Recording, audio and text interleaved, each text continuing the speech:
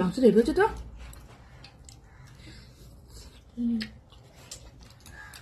সুন্দর সেদ্ধ হয়েছে।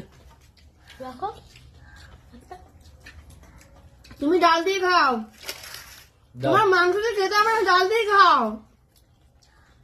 দাও দাও দেবো।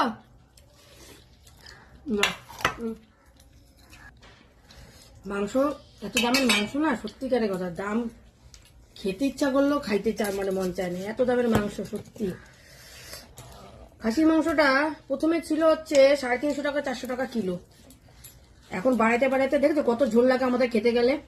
দেখি আলুটা একদম ক্ষীর। কি গরম। ও খেয়েছিস, ভালো হয়েছে।